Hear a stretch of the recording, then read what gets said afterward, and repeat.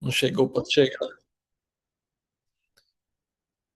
Estamos aqui fazendo mais uma edição do webinar da Comissão de Inovação e Mercado de Capitais da ABAME.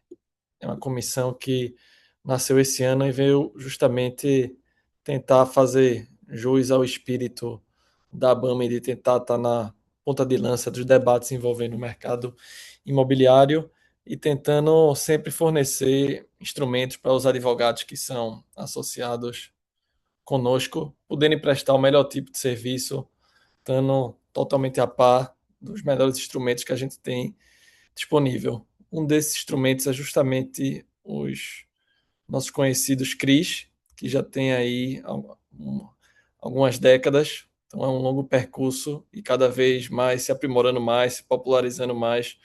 Hoje em dia a gente já vê esse termo na boca de muitas pessoas que alguns anos atrás seria impensável, e aí o nosso intuito é hoje aqui percorrer um pouco dessa trajetória, desde a lei que criou propriamente os CRIs, até um conjunto de inovações que a gente foi tendo, desde soluções do mercado até soluções regulatórias que foram expandindo o uso do instrumento e popularizando a ponto de que hoje seria um instrumento indispensável para a economia como um todo e mais especificamente do setor imobiliário e também do mercado de capitais, que a despeito das dificuldades geradas especialmente por contexto macroeconômico, taxa de juros, vem vivendo um momento bem especial.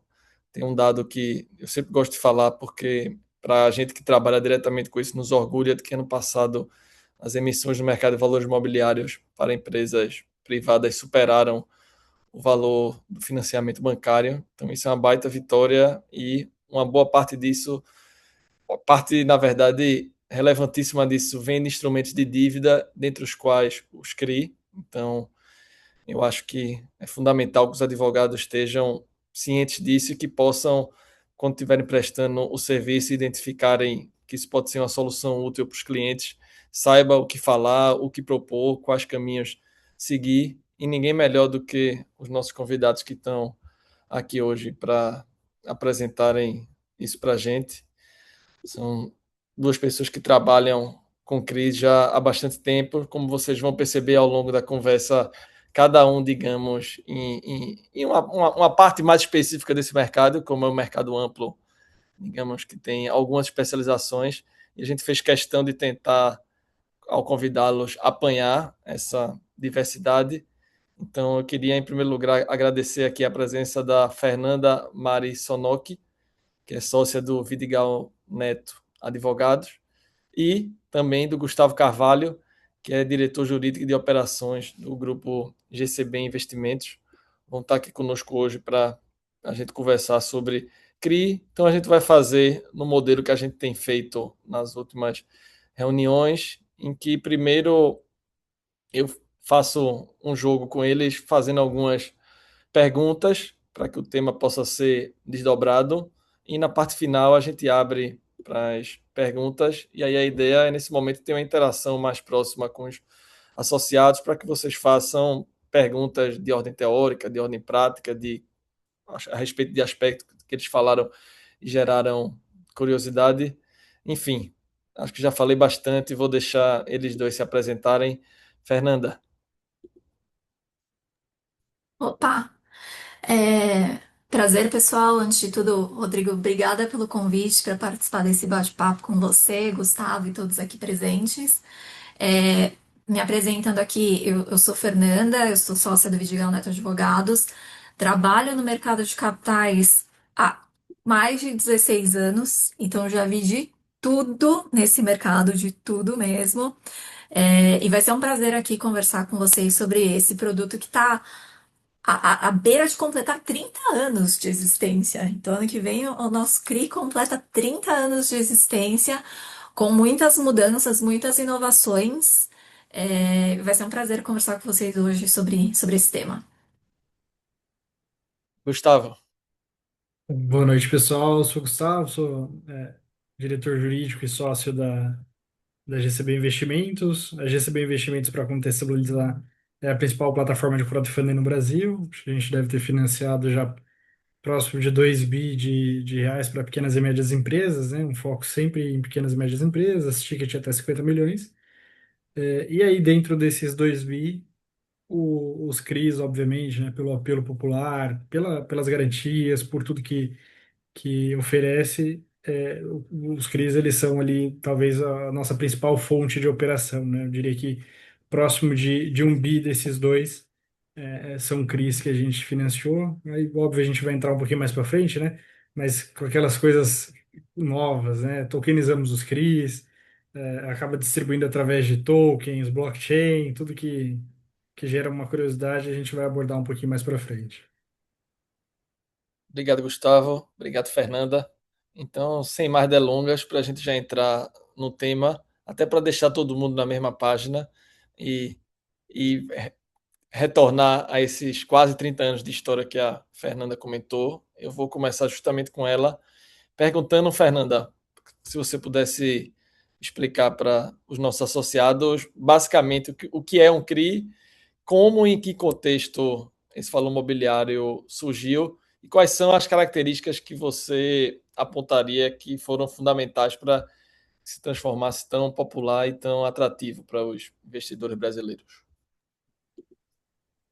Boa, vamos lá. Em uma frase, né? O certificado de recebíveis imobiliários, ou CRI, ele é um título de securitização lastreado em crédito imobiliário.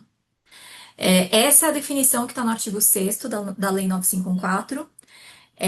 Mas o que que ela significa, né? Quando a gente vai desmembrar o que que essa definição significa. Então, basicamente, é o conceito de securitização. Uma pessoa, ela tem um fluxo de pagamentos relacionado a um imóvel, né? Que podem ser parcelas de um financiamento, aluguéis de um imóvel, recebíveis de uma incorporação. Esses créditos, eles são cedidos para uma companhia securitizadora, e isso é importante porque só uma securitizadora pode emitir CRI por lei, tá? Essa securitizadora, ela empacota esses créditos e emite títulos que são vendidos a investidores. Ou seja, o cedente, ele antecipa o seu crédito com a securitizadora e o fluxo de pagamento desses créditos é o que garante o pagamento do título que é colocado junto a investidores. Esse é o conceito de securitização. E na minha visão, o sucesso, né, ao longo desses 30 anos do CRI, ele se funda em dois alicerces, né? O primeiro deles está relacionado ao arcabouço jurídico dos CRIs. A possibilidade de se criar um regime, de se instituir um regime fiduciário com patrimônio separado, ou seja, de você segregar os créditos que lastreiam o CRI do patrimônio da securitizadora, é muito importante, porque no fim do dia, o investidor do CRI, ele não corre o risco de crédito da securitizadora, ele corre o risco de crédito da carteira. O segundo alicerce, ele está relacionado à finalidade para a qual os CRIs foram criados, né? E isso faz a gente voltar um pouco do contexto em que houve a criação dos CRIs.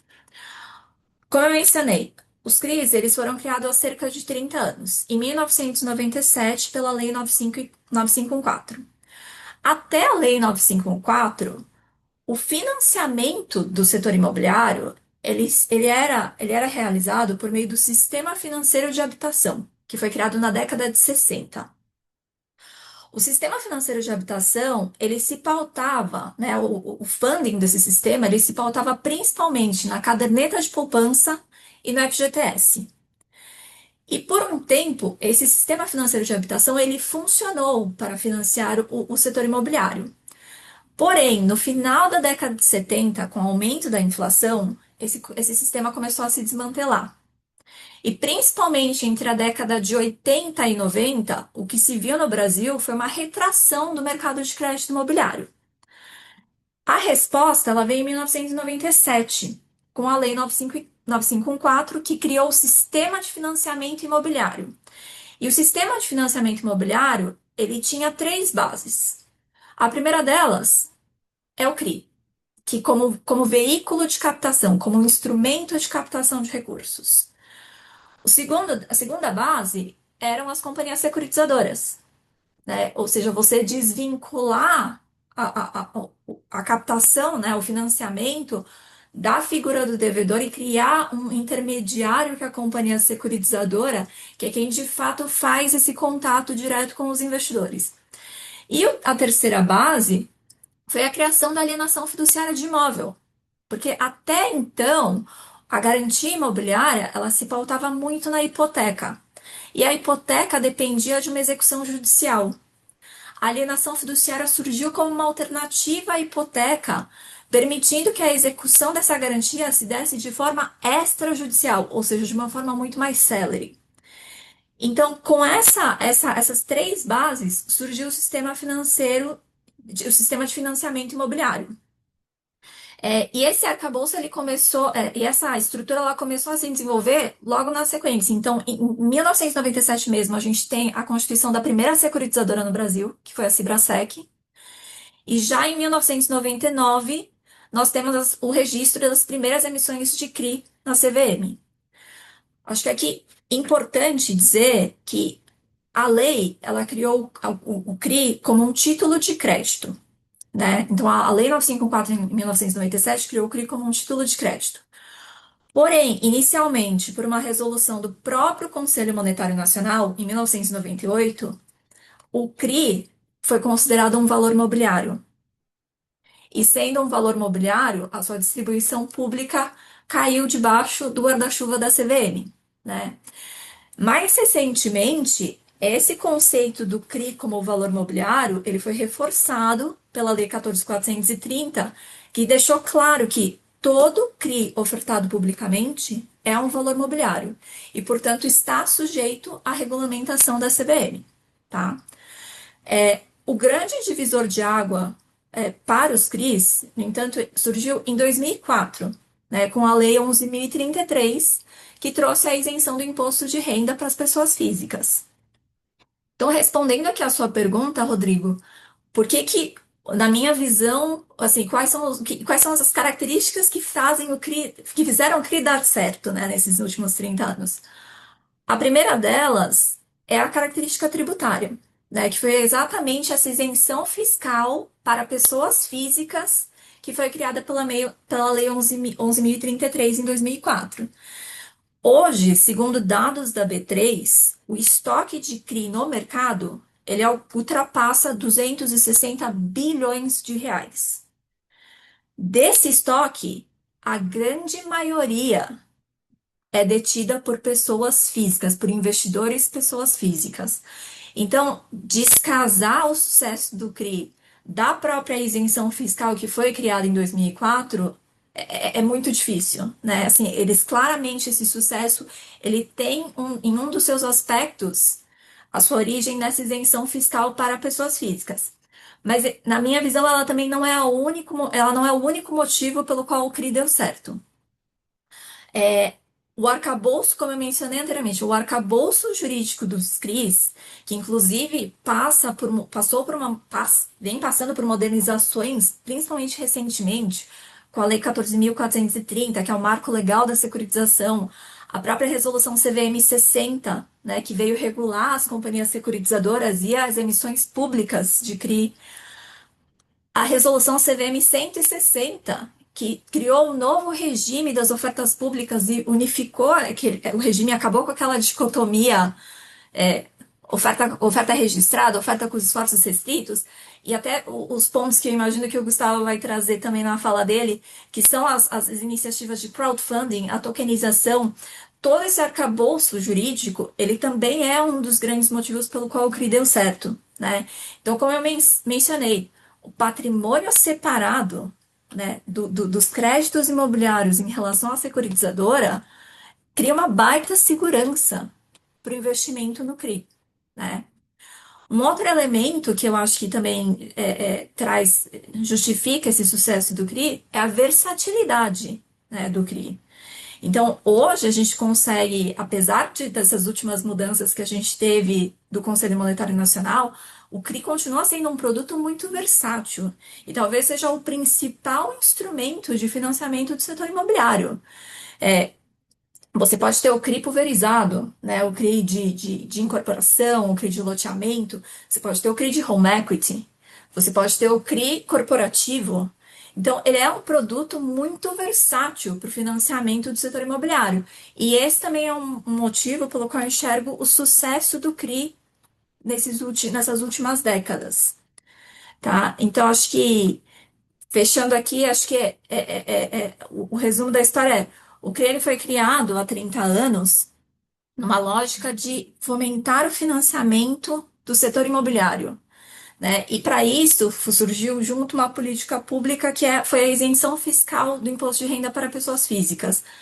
Isso, somado ao arcabouço jurídico do próprio CRI, fez com que esse produto, ao longo desses anos, se tornasse talvez um dos casos mais bem-sucedidos do nosso mercado de capitais local. Obrigado, Fernanda. Não tenho dúvida que mesmo quem só tenha passado a acompanhar esse mercado mais recentemente ficou muito agradecido por essa explanação, que foi histórica e muito elucidativa. Eu acho que a gente vai poder desdobrar mais algumas partes dela nas próximas perguntas e também na pergunta do público. Vou passar agora para Gustavo, que, como a Fernanda bem adiantou, ele trabalha mais diretamente na parte da emissão de CRIs por meio do crowdfunding e da tokenização, que também veio a reboque do mercado crowdfunding. E então agora ele vai poder falar, né, Gustavo, dando continuidade ao percurso que a Fernanda apresentou, quais são os fatos e momentos que você destacaria como fundamentais para essa popularização dos CRIs? A gente está correto em inserir o crowdfunding nisso? Bom, acho que tá super correto. O CRI paga muita conta aqui, nossa, então sempre vou achar que vai estar certo o impulso do crowdfunding, né? É, cara, o que eu atribuo o crescimento, e eu concordo com a Fernanda ali, eu acho que a isenção fiscal é um grande motivo, é óbvio, né? Você, quando você bota isso, até o CRA, né? É, eles são ativos que entregam uma rentabilidade melhor para o investidor, quando você compara linha a linha com um crédito que paga a mesma remuneração, mas que não tem a isenção fiscal, então eu acho que isso é um grande diferencial competitivo. E a estrutura de garantias também é algo que é muito diferente, né? Eu concordo 100% com a Fernanda, acho que o CRI é difícil dizer assim, mas eu acho que é um dos melhores ativos que a gente tem no mercado brasileiro, se não o melhor.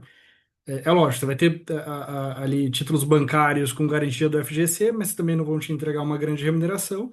Então, para quem quer algo mais seguro, talvez esse seja um caminho bem conservador. Mas em seguida vem os CRIs, que é onde você tem um spread maior, principalmente em pequenas e médias empresas, com uma estrutura de garantia muito robusta, né? Aí trazendo aqui para o universo do crowdfunding, como que a gente monta as nossas operações, né? Cara, a gente tem ali um incorporador local pequeno. Vou dar um exemplo. A gente financiou o segundo empreendimento imobiliário da cidade de Jacutinga, no interior de Minas Gerais, né? Isso de fato aconteceu. É, Ali a gente vai conseguir pegar o terreno como garantia. Então, eu tenho a garantia real do terreno, das unidades, né? Que vão performar ali, que vão passar a existir no período de construção, e dos recebíveis dessas unidades. No final tem até um excesso de garantia em relação ao que eu geralmente empresto, né? Porque você vai ter ali, obviamente, um VGV muito maior do que o produto do crédito que a gente emprestou. Eu acho que essa soma de fatores, isenção fiscal e um cenário de garantias muito robustas, isso fez com que o CRI se tornasse um ativo que a população brasileira, que é uma população muito conservadora com investimentos, né, uma população que gosta de renda fixa, tem alguns traumas históricos, né, uma população tão ancorada em bolsa, em vol. Acho que o CRI ele se popularizou por isso. E no crowdfunding, só fazendo link com que, obviamente, eu consigo contribuir mais, a gente conseguiu chegar com recursos, e aí muito em virtude de você não observar vários custos da 160, né? Custos com escriturador, custodiante, liquidante. enfim, vários custos que a gente conseguiu eliminar dentro do universo de crowdfunding, a gente conseguiu chegar em projetos que, pelo baixo custo, passaram a fazer sentido. Até meio caricato, enquanto a gente está aqui na call, a gente está fazendo mais um CRI na GCB, de um projeto aqui no Morumbi, que a gente está financiando, de casas também. E é isso, um projeto pequeno, mas que cabe, é, acho que é um projeto ao todo de 10, 13 milhões, mas que cabe hoje numa estrutura de cripto que você não gasta uma porrada de dinheiro com intermediário. Então, acho que isso é um das grandes benesses do crowdfunding. Eu estava até conversando com o Berwanger hoje cedo, a gente teve uma call com a SDM, e eu falava, né? E eu sei que a reforma da 88 é uma das perguntas aí. Eu falava, Berwanger,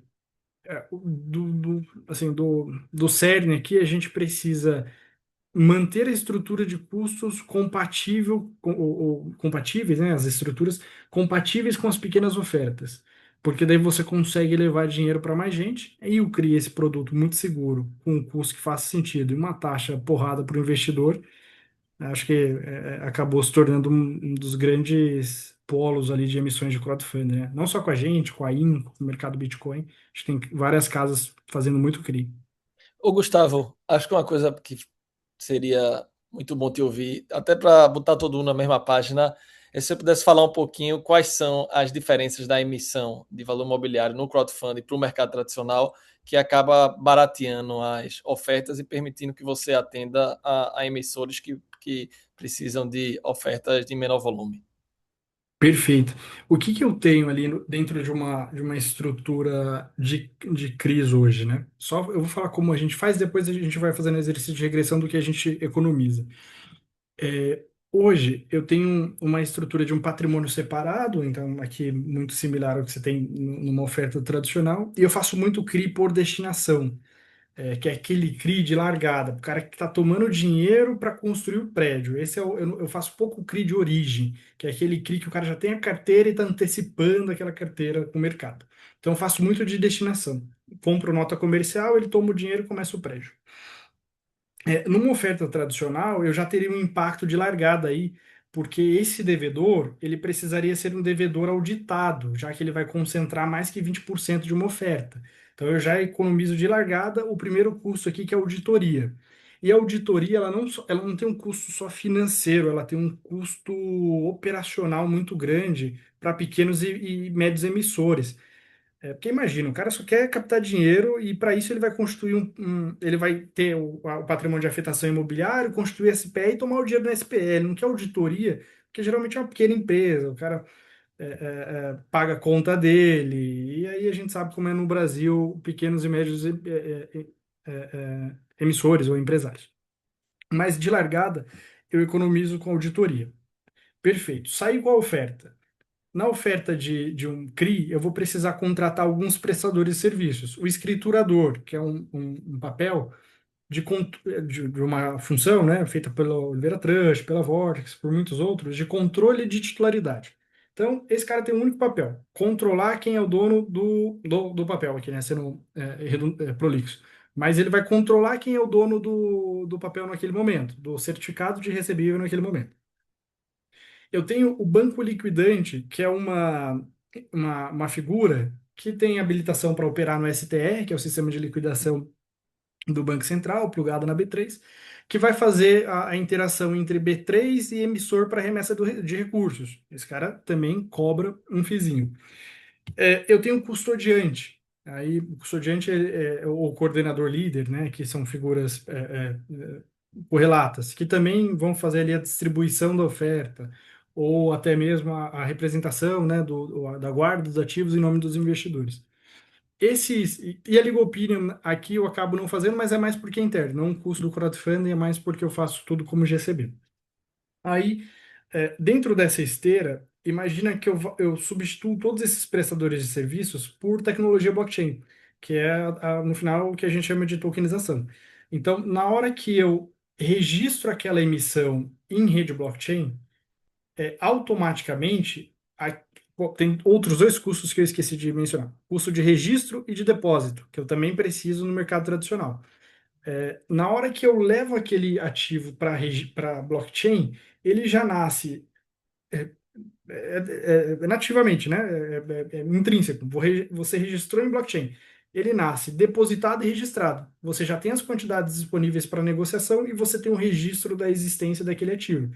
Aqui eu não tive custo de B3, de Lacos, nada do tipo. Porque sabemos pô, os caras são super parceiros quando a gente precisa, mas é um pouquinho elevado. Escriturador, controle de titularidade. Essa é uma função nativa da blockchain. Eu transaciono, eu tenho a remessa de tokens da minha carteira para a tua. Isso tá lá, a função pública, todo mundo sabe qual carteira é dona de quais tokens, né? Isso ocorre nativamente na blockchain, não só com CRI tokenizado, né? Comprar Ethereum, Bitcoin, qualquer coisa que seja no universo de tokenização vai ter o registro da titularidade. O custodiante você também não precisa, porque você acaba fazendo autocustódia dos tokens, né, na sua carteira. Então, os tokens ficam custodiados por você mesmo. E o banco liquidante eu também não preciso, porque a liquidação ela ocorre via DVP, né, instantânea em blockchain, né. E aí eu tenho os gatilhos para dentro do sistema e tal, mas você troca token de uma carteira para outra, e aí depois você só faz a liquidação financeira das carteiras na plataforma. Você dispensa essas figuras. Cara, só aí eu tô te falando de 300, 400, 500 mil reais que eu consigo tirar de taxa. Numa oferta de 10 milhões, pô, é 5% de spread, né? Se fosse 500 mil. 5% de spread que eu elimino. Então, imagine que isso tudo vira zero, vira eficiência, e aí eu consigo investir isso no que de fato importa, né? Então, é essa troca de funções que a gente consegue fazer no crowdfunding, que está em discussão agora, muitas delas na CVM, mas que deu certo até aqui. Ótimo, Gustavo. Obrigado por ter falado do crowdfunding e ter também deixado tão claro as vantagens que tem na tokenização. Que nem sempre a gente aqui na comissão e na relação com os associados sabe que por muitas vezes é um tema árido, mas na forma que você explicou foi bastante didático. Agora, voltando para Fernanda, um dos pontos que a Fernanda mais destacou na fala dela foi, além de outros fatores, que a questão relacionada à tributação dos CRIs foi um grande impulsionador da popularização desse instrumento.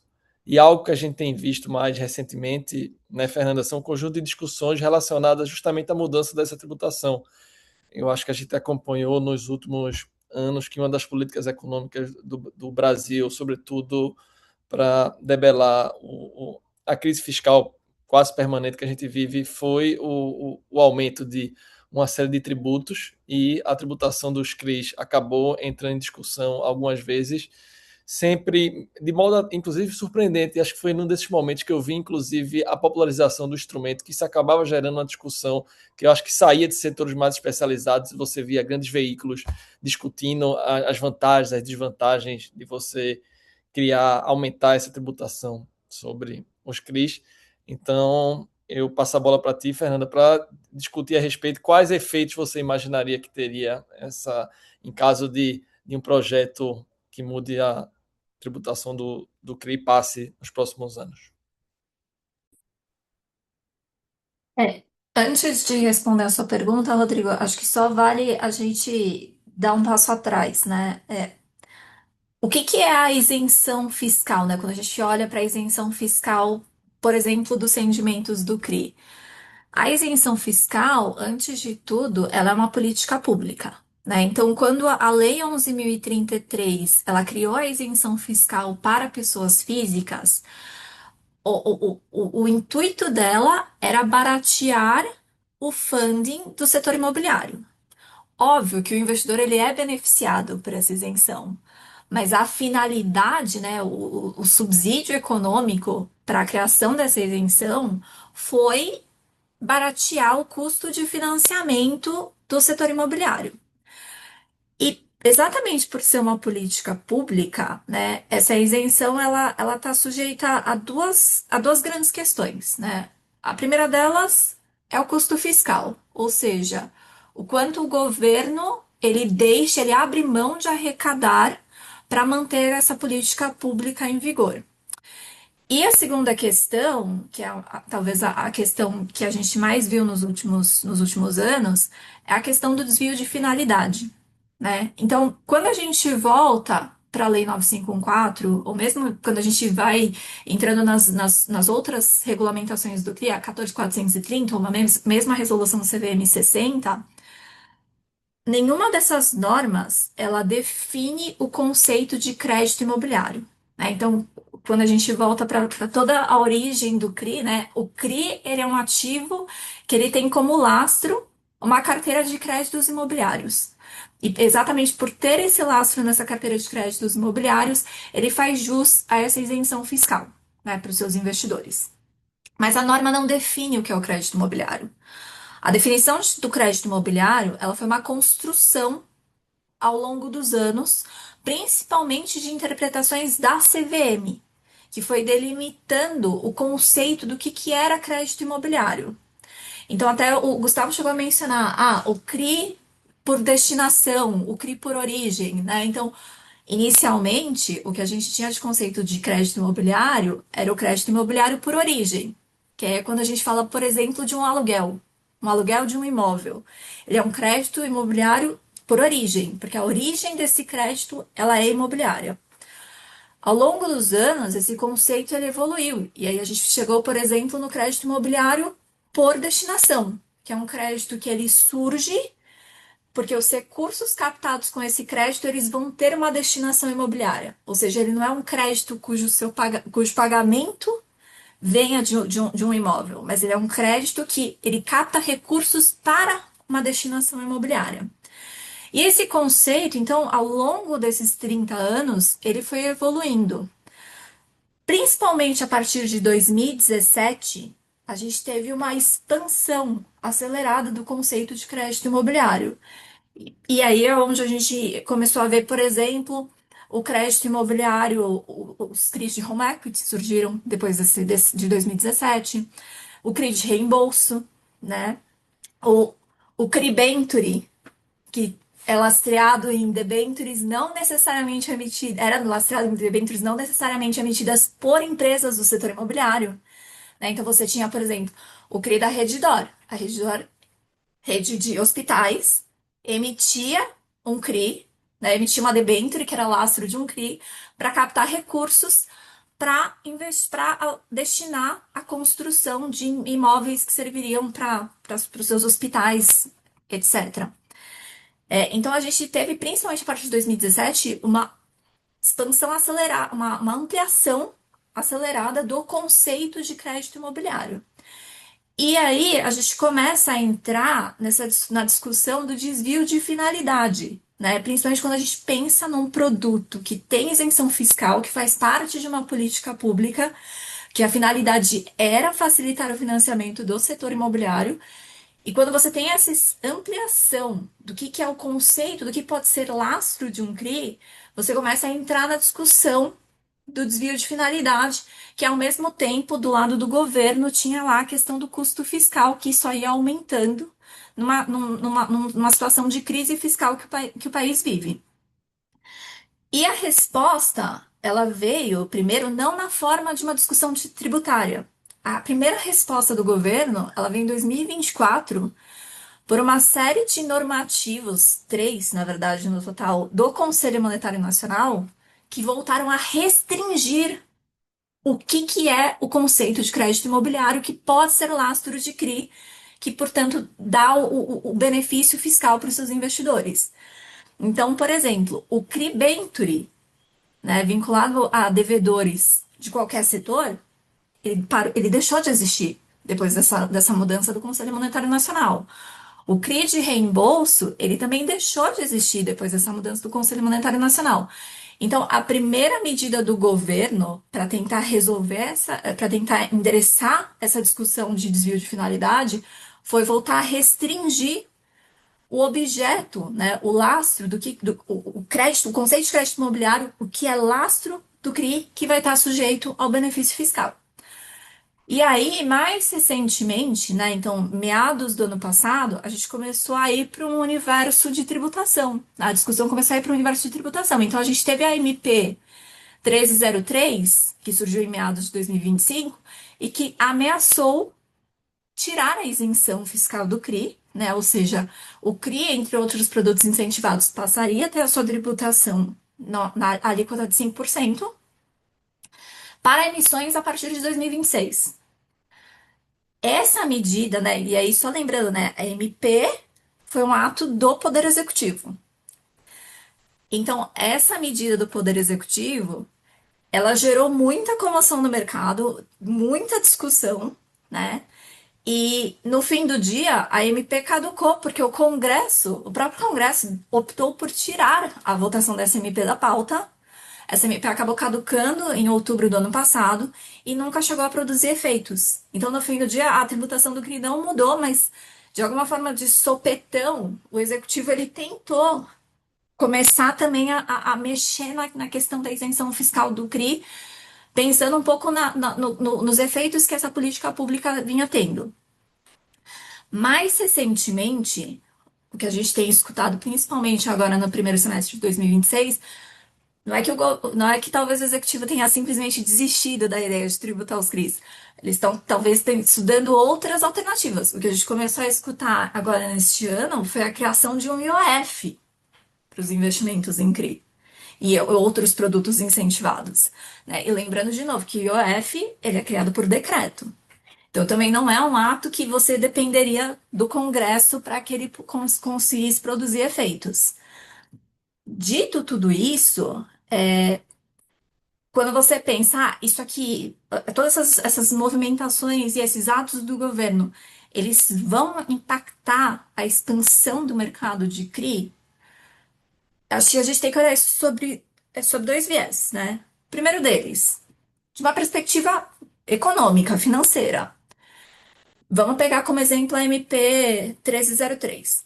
Se fosse criada uma alíquota de 5% nos investimentos em CRI, quando você compara com a alíquota que incide para outros produtos de investimento, 5% ainda é uma alíquota inferior.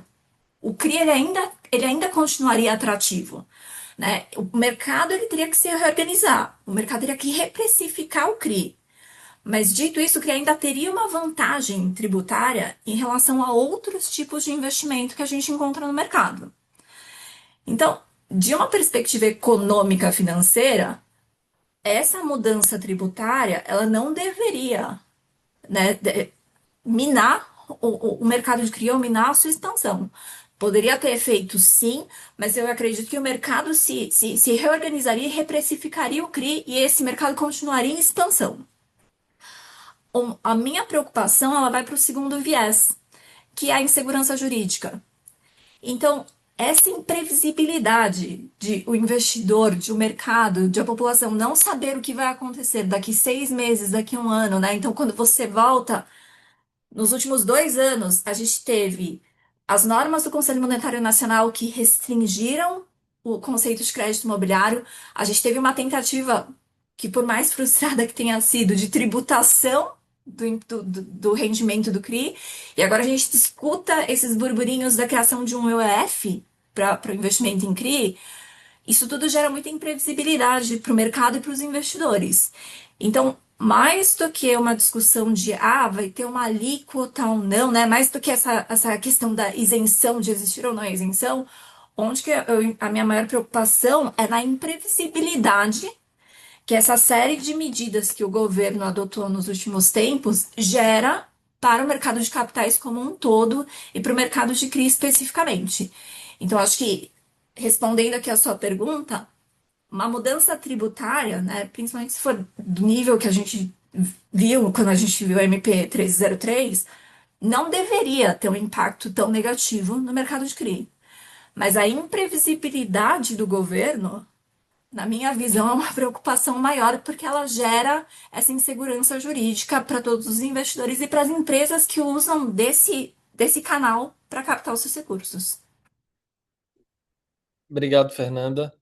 Acho que agora com a Fernanda a gente viu os efeitos que uma mudança na tributação teria. Agora eu vou passar a bola para o Gustavo para perguntar a ele quais são os efeitos que teria uma mudança na regulação, especificamente do crowdfunding. E por que essa pergunta? Porque a CVM, que é o regulador do mercado de capitais, ele tem uma tradição muito positiva que é estar sempre divulgando as agendas regulatórias dele. Então, esse tema da reforma do crowdfunding já faz um tempo que está lá e, mais recentemente, a CVM lançou a consulta pública, o mercado viu os termos da mudança e também já opinou a respeito. Então, isso aí já deve estar no forno, prestes a sair nos próximos meses, a norma que vai mudar o mercado crowdfunding. E aí, perguntar agora para o Gustavo qual é a expectativa que o mercado tem para essa nova norma e como ela pode impulsionar ainda mais esse mercado. Rodrigão, ontem eu estava conversando com o Berwanger, né? E a gente teve o painel juntos lá no Cryptorama, no Blockchain Rio, e eu falei para ele que eu tava igual o Cid da Era do Gelo lá. Pô, tem hora que eu sinto que vai dar tudo certo, tem hora que eu sinto que vai dar tudo errado e que as coisas vão por água abaixo, né? Cara, a reforma ela traz alguns pontos que preocupam. Eu acho que tem uma vedação implícita ao warehousing que pô, mataria o mercado de crowdfunding. 90% do market share pratica warehousing. Então isso mataria. E tem uma discussão sobre a aplicabilidade da 60, que obviamente também a gente até fez um levantamento. Acho que desde 2023 a gente teve 1.920 ofertas. Em 23 foi o ano que as tokenizadoras de recebíveis foram para o ambiente do crowdfunding, né? A gente teve 1.920 ofertas de crowdfunding, das quais 1.832 ofertas, ou seja, 95% do share eram inferiores a 10 eram e são inferiores a 10 milhões de reais. Então, essas ofertas elas não aguentam custo. Você bota a 60, a resolução 60, que é a norma de securitização, dentro do universo de crowdfunding, a gente acaba com a viabilidade econômica dos projetos. Então, a gente tem dois grandes pontos que preocupam a continuidade do crowdfunding no Brasil. E realmente são dois elefantes na sala, mas a postura da CVM é muito positiva, no sentido de, olha, não era o que queríamos fazer, o que a gente queria era melhorar o regime informacional, e faz muito sentido melhorar o regime informacional. Acho que o crowdfunding precisa evoluir como estrutura de negócio mesmo, como compliance, a gente precisa disso. Então, a nível de regime informacional, a coisa precisa evoluir, e era o foco deles, só que acertaram em regras mais rígidas da 60 e na vedação ao warehousing. Com esses dois fatores, a gente tem ali, de fato, o crowdfunding de recebíveis meio em risco. Então, tem uma perspectiva muito otimista, porque preciso ter, mas tem esses dois elefantes na sala para a gente cuidar. Com a certeza de que a CVM sabe que esse foi um mercado muito importante, né? A gente tá fazendo. Aí eu vou até me aventurar a dizer aqui, eu não sei se é um CRI ou se é um CR puro, tá? De uma empresa de coleta de resíduos no norte do país. Teve esse prédio de Jacutinga que eu mencionei para vocês, que a gente financiou várias. A gente está financiando também uma operação de expansão de Jericoacoara. A gente está, de certa forma, democratizando o acesso ao mercado de capitais. Então, eu creio que a CVM vai levar isso em consideração, mas o futuro da 88 ainda é incerto. Acho que até janeiro ali, que é o objetivo de publicar a norma, né? A data limite que a CVM, pelo menos, se comprometeu a fazer. É, Até janeiro serão meses de ansiedade aí para saber o que vem. Obrigado, Gustavo. Eu vou agora perguntar se algum dos associados que estão aqui gostaria de fazer alguma pergunta diretamente. Fiquem à vontade de fazer ou no chat ou direto para eles. Senão, eu vou já fazer um aqui que o Andres me mandou, porque ele está justamente na Blockchain Rio e não está pelo celular e não faria. Mas alguém quer fazer, aproveitem. Eu vou puxar a pergunta do Andres. Andres é um secretário da nossa comissão e ele me lembrou que a gente tem uma prática aqui que, como geralmente nosso público é feito justamente de advogados, né?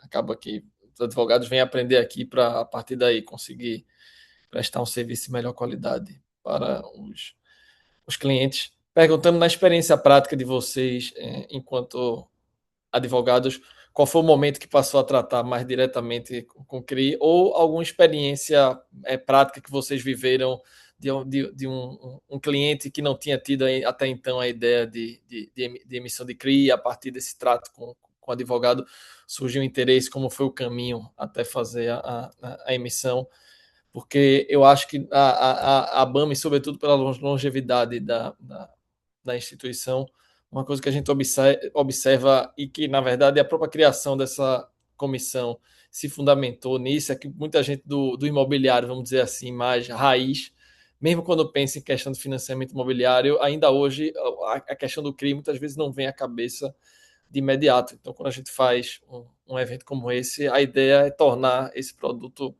mais palatável, mais inteligível, para que intuitivamente, quando a pessoa vê o seu cliente em qualquer dificuldade de financiamento, possa pensar no CRI. Então, a pergunta agora para a Fernanda e o Gustavo, falando na condição de advogado e de diretor jurídico para advogados. Fernanda.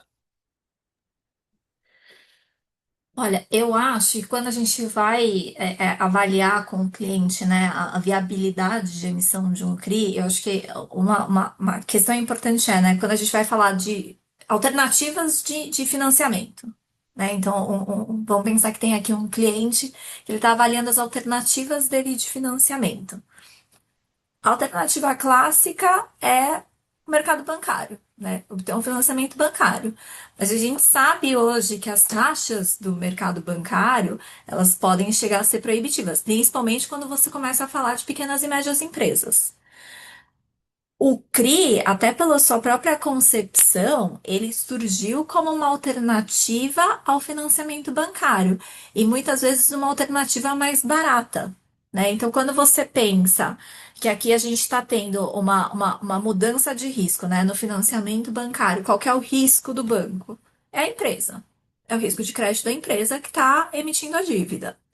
Só que quando você vai falar de um CRI, o que que a gente está fazendo? A gente pega muitas vezes uma carteira de créditos dessa empresa, a gente coloca ela dentro de uma securitizadora que emite um título que, primeiro, vai para o mercado de capitais, ela vai para mais de um credor, não é um único credor que está assumindo aquele risco, mas são vários credores que compartilham aquele risco.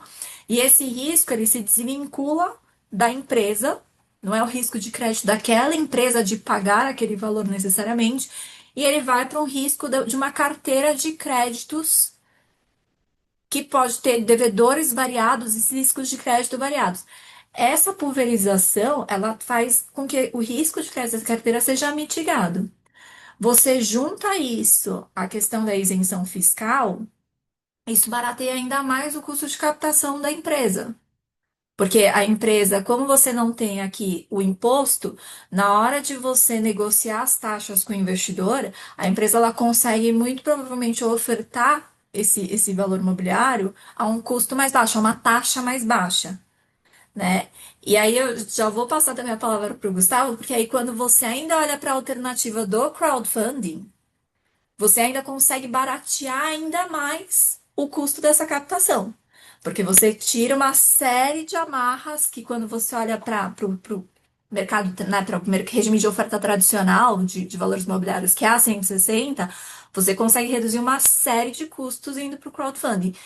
Então, acho que principalmente que você vai conversar com o cliente sobre essas alternativas de financiamento, é importante ter em mente essa característica, né, de barateamento mesmo do financiamento que essa porta do mercado de capitais, e aí especificamente falando do CRI abre. Gustavo.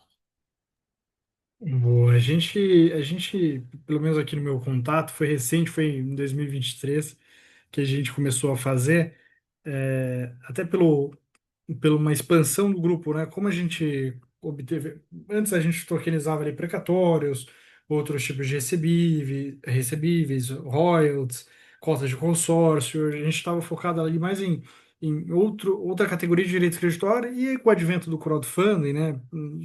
As tokenizadoras se regularam, e aí você passou a poder fazer outras possibilidades de crédito. E aí, nesse momento que a gente contratou ali pessoas específicas da área imobiliária e do agronegócio para começar a sair com essas operações. Então, no meu contato aqui é recente, e foi, obviamente, para, de fato, iniciar uma nova vertical aqui do grupo.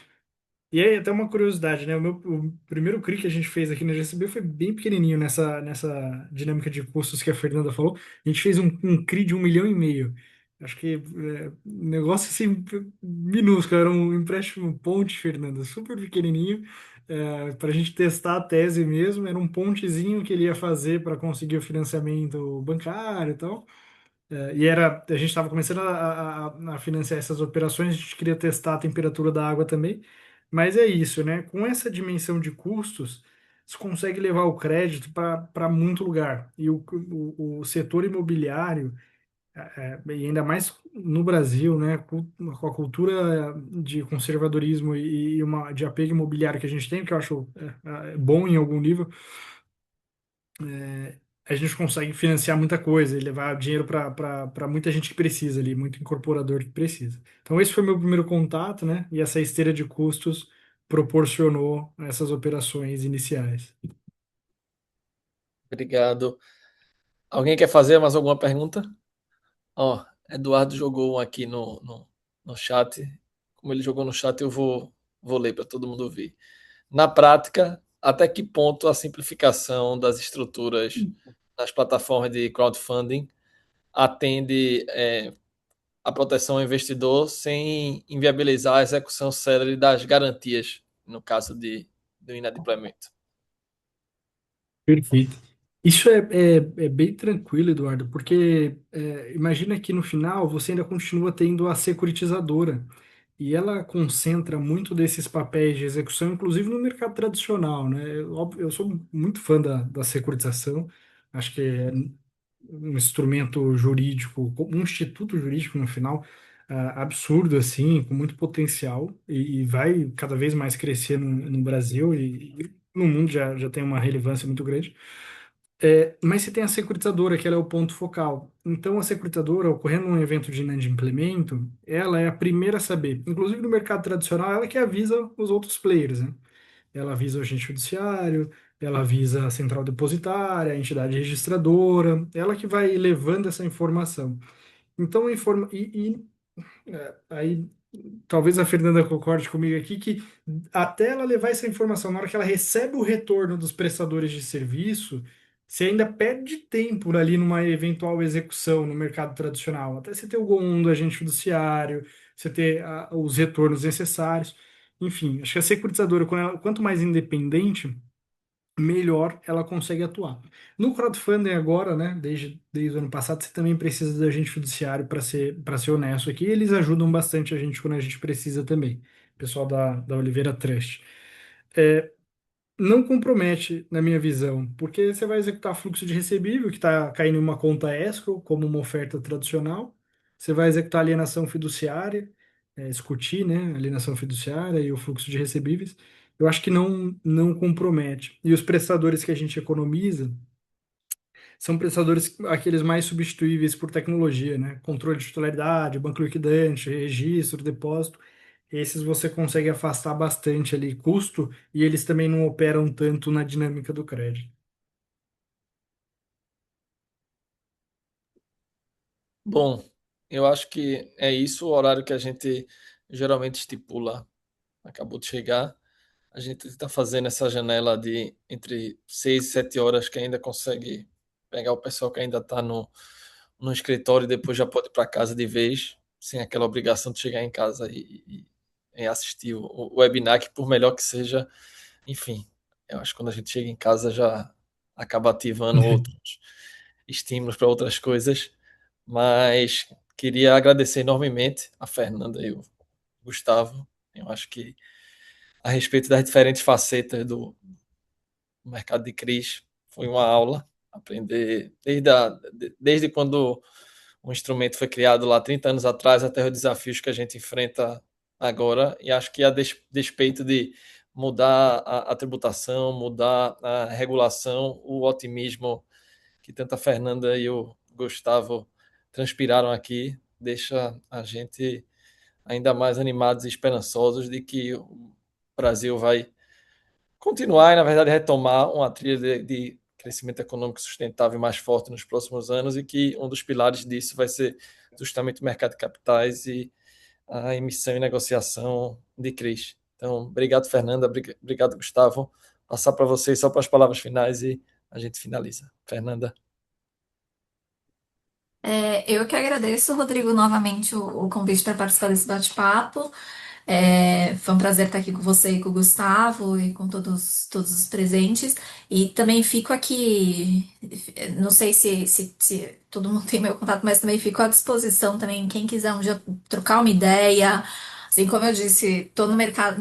Depois que você está no mercado há um determinado tempo, você já viu de tudo. Então, trocar figurinha, trocar ideia é sempre muito produtivo, tá? E fico aqui à disposição. Obrigada. Boa. Valeu, Rodrigão, valeu, Fernanda, pela oportunidade. Espero ter contribuído com alguma coisa e peço desculpa por algum excesso de sinceridade aqui com os prestadores de serviços. E se confiante aqui que a CV vai nos ajudar a continuar evoluindo nesse mercado. Obrigado mais uma vez, Fernanda e Gustavo. Tchau, tchau a todos os associados e próximo mês a gente se vê em mais uma edição do webinar aqui da comissão. Até mais, pessoal. Tchau.